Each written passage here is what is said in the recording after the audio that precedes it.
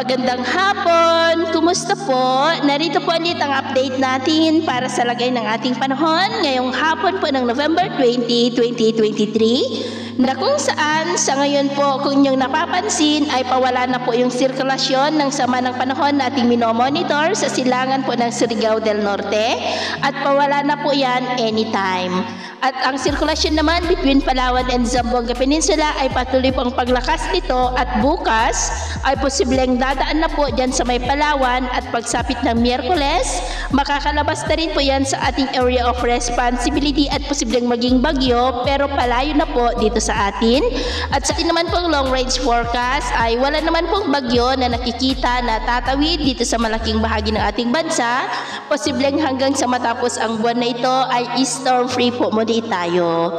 At sa lagay ng ating panahon ngayong hapon ay patuloy pa rin po ang pag-iral ng amihan dito sa malaking bahagi ng Luzon habang ang shearline naman ay nag-i-extend hanggang dyan po sa may Visayas.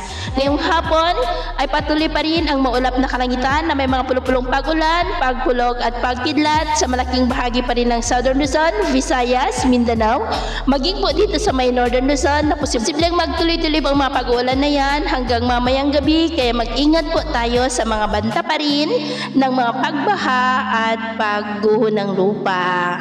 At sa atin naman pong mga baybayin dahil sa amihan, shoreline at saka yung sama ng panahon ay matataas pa rin ang mga alon sa silangang baybayin ng Luzon, Visayas hanggang dyan po sa mga baybayin ng Surigao del Norte, maging po sa seaboard ng Ilocos Norte at extreme northern Luzon seaboard. Kaya iwasan muna natin ang papalaot dyan sa mga may kulay pula dahil ang mga alon po ay posibleng aabot hanggang po sa 2 to 3 meters height. So, yun po ng latest update natin sa araw na ito. Ako po muli si James na nagsasabing sa kahit na ng pagsubok po na darating sa ating buhay, wag po tayong mawawalan ng pag-asa. Thank you and God bless!